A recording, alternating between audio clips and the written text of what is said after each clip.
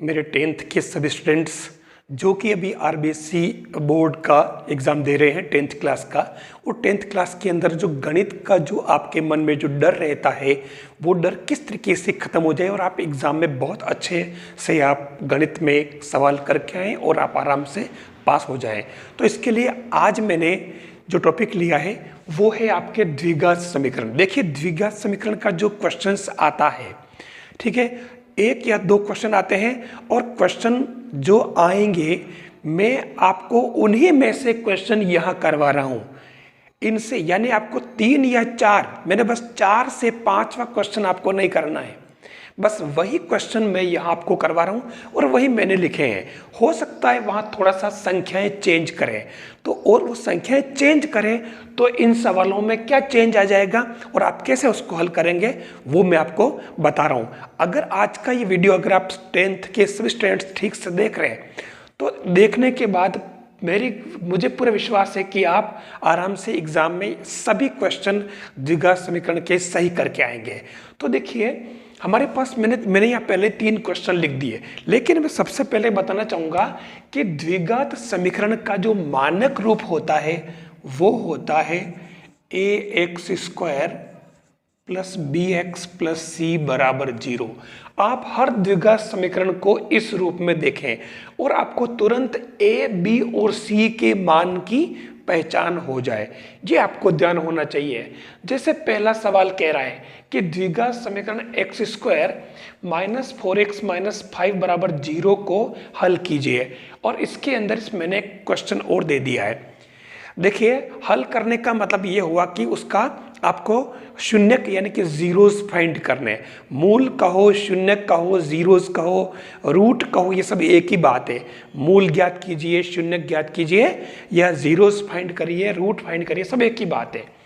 तो देखिए सबसे पहले इसके बारे में जो जानकारी, ये इसकी अधिकतम घात 2 है, ध्यान देना। जैसे ये सवाल दे रखा है कि द्विघात समीकरण लिखिए जिसके मूल 5 और माइनस 1 है, तो इसका जो द्विघात समीकरण होगा या बहुपद होगा उसकी घात कितनी होगी? 2। जितने मूल होते हैं उतनी उसकी घात होती है, तो यहाँ पर 2। तो अगर इसके मूल हमेशा अपन अल्फा और बीटा मानते हैं और आपको इससे पता होना चाहिए एक तो कि मूलों का योग जो होता है वो माइनस b/a होता है और मूलों का गुणनफल हमेशा ध्यान रखें c/a। ये इससे जुड़ी बात है, आपको याद रखनी है हमेशा, ठीक है। अब बात आती है दूसरी इसके अंदर कि हल कैसे करें, ठीक है। तो हल करने के लिए हमारे पास में जो एक ही हमें याद रखना है द्विघाती सूत्र, ध्यान देना द्विघाती सूत्र। वैसे तो हमारे पास 3 तरीके हैं, ठीक है। एक तो वज्र गुणन मेथड, क्रॉस गुणा वाला, दूसरा गुणनखंड विधि और तीसरा द्विघाती सूत्र। मैं आपको द्विघाती सूत्र ही याद करने के लिए कहूँगा क्योंकि द्विघाती सूत्र से सारे सवाल हो जाते हैं, जबकि गुणनखंड और अपने क्रॉस जो मेथड है वज्र गुणन वाला, इससे सारे सवाल ठीक से नहीं हो पाते हैं, उसमें बहुत देर लग जाती है।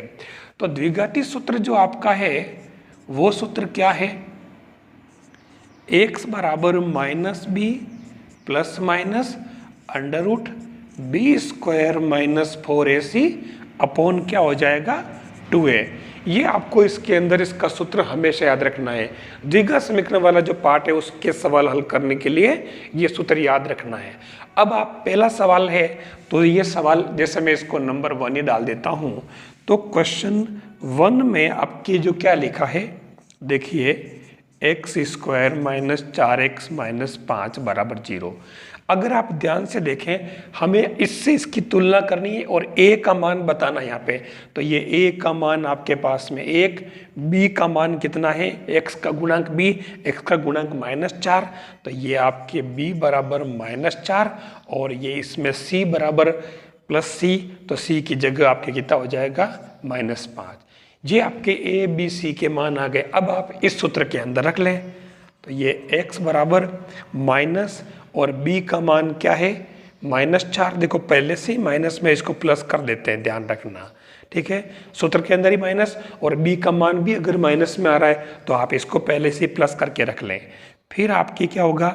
b² बी स्क्वायर यानी कि बी का स्क्वायर माइनस 4 का स्क्वायर, तो 4 चौक 16 हो जाएगा, माइनस 4 कौन सा 4 ये वाला, फिर ए का मान कितना 1, सी का मान -5। तो जब भी सी माइनस में हो तो इसको प्लस कर देना, कुछ भी नहीं करना, और अपॉन 2 इंटू 1 कौन सा, ये 1 की वैल्यू, ए हमारे पास में कितना 1 है, तो ये आपके x बराबर 4 प्लस माइनस 16 और ये 4 पंद 20, तो ये आपके कितना हो गया देखो अपॉन 2a, तो ये x बराबर 4 प्लस माइनस और 16 और ये कितने हो जाएंगे देखिए 36 रूट के अपॉन 2, तो ये x बराबर 4 प्लस माइनस 36 के 6 हो जाएंगे अपॉन 2। तो आप एक बार तो ये प्लस लिख दें 4 प्लस 6 बटा 2 और दूसरी बार 4 माइनस 6 बटा 2, तो ये 6 और 4 10, 10 में 2 का भाग लगाया तो पहली बार तो आ जाएगा 5 और 4 में से 6 गया तो -2, तो -2 बटा 2 यानी कि -1। ये आपके अल्फा और बीटा दोनों ही मूल आ चुके हैं। ऐसे आप इसको हल करेंगे। आ गया समझ में। ऐसे ही क्वेश्चन नंबर 2 की बात करूं मैं, जो 2 क्वेश्चन है, यहाँ थोड़ा ध्यान देना। अब इसके अंदर देखिए x प्लस 1/x बराबर 3, ठीक है। तो इसको जो आप करेंगे x प्लस 1/x बराबर 3, तो इसमें आपको लघुत्तम लेना पड़ेगा, x स्क्वायर, x का x से गुणा किया, x स्क्वायर प्लस 1 बराबर 3, ठीक है। फिर दूसरी स्टेप में ये सॉरी नीचे x स्क्वायर नहीं होगा, ये x ही है। देखिए मतलब भूल से भी गलती की संभावना हो ही जाती है। तो ये ऊपर क्या हो जाएगा आपके x स्क्वायर प्लस 1 बराबर 3x। ध्यान से देखना, x स्क्वायर इस 3x को मैं इधर लाऊंगा पक्षांतर करके, प्लस 1 बराबर 0। मैंने ऐसा क्यों किया, क्योंकि मुझे ax square plus bx plus c बराबर 0 के रूप में लाना। जब भी द्विघात समीकरण हल करो तो सवाल में संख्याएं यहाँ पर कुछ भी हो, हमें हमेशा ध्यान रखना है, दिमाग में ये जो है मानक रूप दिमाग में चलना चाहिए कि उसमें a क्या होगा, b क्या होगा, c क्या होगा। तो यहाँ पर आपके a क्या हो गया, x स्क्वायर का गुणांक 1, b क्या हो गया -3, x का गुणांक b, तो x का गुणांक -3, ठीक है। और जो c है वो आपके कितना हो जाएगा प्लस का 1। a b c तीनों आ गए। अब इसके अंदर मान रख दीजिए आप द्विघाती सूत्र में, तो ये आपके x बराबर माइनस और b की वैल्यू आपके पास में कितनी है -3, तो ये माइनस माइनस पहले से प्लस कर दें आप, फिर अंडर रूट करके और b स्क्वायर, ये b स्क्वायर मैंने कहा ना ये साथ में चलाने पड़ेंगे, इसमें मान रखने अपन, ये हल करने का सूत्र है। तो b स्क्वायर यानी कि -3 का स्क्वायर में डायरेक्टली 9 कर दूं, फिर 4, ये 4 कौन से, ये सूत्र के, फिर a यानी कि 1 और c यानी कि 1, c कौन सा ये c, तो c की वैल्यू भी 1, और ये अपॉन में 2a, नीचे 2a है तो a की वैल्यू आपके 1 निकाल ली। तो ये आपके x बराबर क्या हो जाएगा 3 प्लस माइनस 9, 4 इंटू 1 इंटू 1 तो 4 ही बचेंगे, तो 9 में से 4 गए, कितने बचे 5 अंडर रूट में, और अपॉन नीचे 2। अब आप ध्यान से देख ले, अंडर रूट 5 के अपन वर्गमूल करेंगे तो पॉइंट में आएंगे, तो उसको करने की जरूरत नहीं है, आप डायरेक्ट इसको आंसर में ले लें, एक बार प्लस में ले लें, ठीक है, और दूसरी बार माइनस में ले लें, ये आपके आंसर हो जाएगा इसका। अब इस सवाल को बस ये उत्तर इसके, ठीक है, कुछ भी नहीं करना, ये हमारे 2 नंबर पक्के, ध्यान देना। तो हमने इसको इससे कर लिया सूत्र से और इसको भी सूत्र से कर लिया, लेकिन इसको अपन गुणनखंड से और क्रॉस विधि से भी कर सकते थे, लेकिन इसको गुणनखंड और क्रॉस विधि से नहीं कर पाते और इसलिए अपन ने इसको इससे कर लिया। कर तो सकते हैं लेकिन बहुत कॉम्प्लिकेसी बढ़ती है, तो आपके लिए ये इजी रहेगा। तो ये गुणनखंड विधि से नहीं हो पाएगा, सूत्र याद रखना पड़ेगा, तभी आपके ये हल होगा। तो ये आपके इसका तरीका आ गया, आया समझ में। तो द्विघात समीकरण हल करने का जो तरीका है वो आपके समझ में आ गया।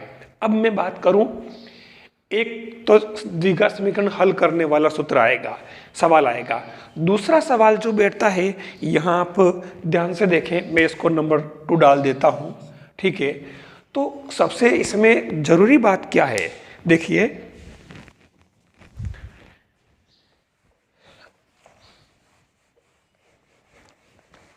इसके अंदर ध्यान क्या रखना है आपको, जब दूसरा सवाल आए तो सबसे इंपॉर्टेंट बात यह कि इसने कहा कि द्विघात समीकरण के मूल समान हो तो लेमड़ा का मान ज्ञात कीजिए। देखिए एक तो हल करने वाली बात बोल दी मैंने, दूसरा जो मूल समान होने वाली शर्त सबसे इंपॉर्टेंट, ये इसके अगर मूल समान हो, ध्यान देना, मूल समान हो, जैसे ही सवाल में लिखा मूल समान, तो आपको एक सूत्र याद रखना है, b² - 4ac बराबर 0। ये मूल समान होने की शर्त हमेशा अपने को याद रखनी है। अब जब मूल समान होने की शर्त ये आ गई, तो हमारा जो सवाल था वो सेकेंड नंबर वो है x² + 6x + लेमड़ा बराबर 0। ये हमारा क्वेश्चन नंबर 2 है। अब इसमें लेमड़ा ज्ञात करना कोई बड़ा काम नहीं, बिल्कुल सिंपल काम है, आराम से आप इसको कर लेंगे। आप यहाँ पर a बराबर देखें 1, b बराबर 6 और c बराबर कौन है, लेमड़ा, ठीक है, बस कोई दिक्कत ही नहीं। तो इसके अंदर आपके मान रखना है, ये मूल समान वाली शर्त इसमें यहाँ लिख लें, ये मूल समान होने की शर्त है, ध्यान रखना ये वाली। क्यों लगा रहे, क्योंकि सवाल में लिखा ही है कि मूल समान हो तो ये आपके b का मान 6, तो ये 6 का स्क्वायर 4 और a यानी कि 1, c यानी कि लेमड़ा बराबर 0, तो ये 36 - 4 लेमड़ा बराबर 0, तो ये -4 लेमड़ा बराबर -36, माइनस माइनस प्लस, तो लेमड़ा 4 बटे में चला जाएगा, तो ये 9 चौक 36, तो ये आपके क्या आ जाएगा, लेमड़ा का मान 9। अब एक बात बताऊं मैं, जब कभी मूल समान होने की बात कहेगा तो इस सवाल के अंदर यानी ये एक पूर्ण वर्ग वाला द्विघात समीकरण होगा, पूर्ण वर्ग, और पूर्ण मूल समान है मतलब ये डायरेक्ट आंसर कैसे लगाते हैं, यहाँ लेमड़ा है तो ये मूल समान होते ही आपको इस संख्या का आधा करो 3 और 3 का वर्ग करो, तो ये लेमड़ा का मान हो जाएगा 9, 3 का वर्ग 9, तो लेमड़ा का मान 9 आ रहा है। आ गया समझ में। अगर आपके इसकी जगह 8 होगा, ठीक है, ऐसे, ये अगर ऐसे हो x² + 8x + लेमड़ा बराबर 0, तो 8 का आधा करो कितना, 4, ठीक है, 4 और 4 का स्क्वायर करो 16, तो यहाँ लेमड़ा कितना हो जाएगा 16। ये बीच वाले पद के आधे का वर्ग जो होता वो लेमड़ा होता है, कोई प्रॉब्लम नहीं है, ठीक है। तो ये ऐसे इसको भी आप निकाल सकते हो। अब बात आती है सवाल नंबर जो 3rd वाले की बात करूं मैं, तो यहाँ इसने डायरेक्ट कहा कि मूल दे रखे हैं, ठीक है, शून्यक अल्फा और बीटा अलग अलग दे रखे हैं, तो आपको एक सूत्र इसका और याद रखना होगा, x² - alpha + beta x + alpha beta बराबर 0।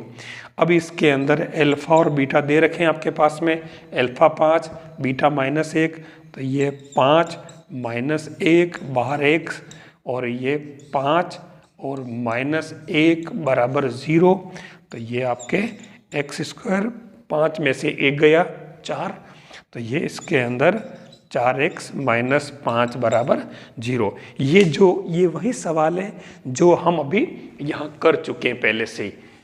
ये जो अपन ने भी हल किया पहला वाला सवाल, देखो 5 और 1, यानी द्विघात समीकरण को हल करके और आंसर अपने को मूल निकाल लें और मूल से अपन वापस द्विघात समीकरण निकाल लें। ये वही समीकरण है, देखो x² - 4x - 5 बराबर 0। तो ये अपने इसमें द्विघात समीकरण को हल करने का तरीका है, कोई परेशानी वाली बात इसके अंदर नहीं है। तो द्विघात समीकरण मूल दे रखा हो हल कर सकते हैं, मूल समान वाली बात, और एक तीसरी बात ये हल करने वाली बात।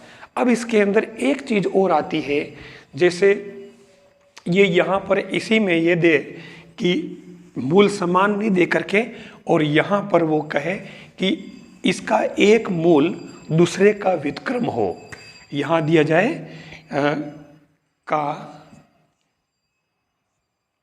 एक मूल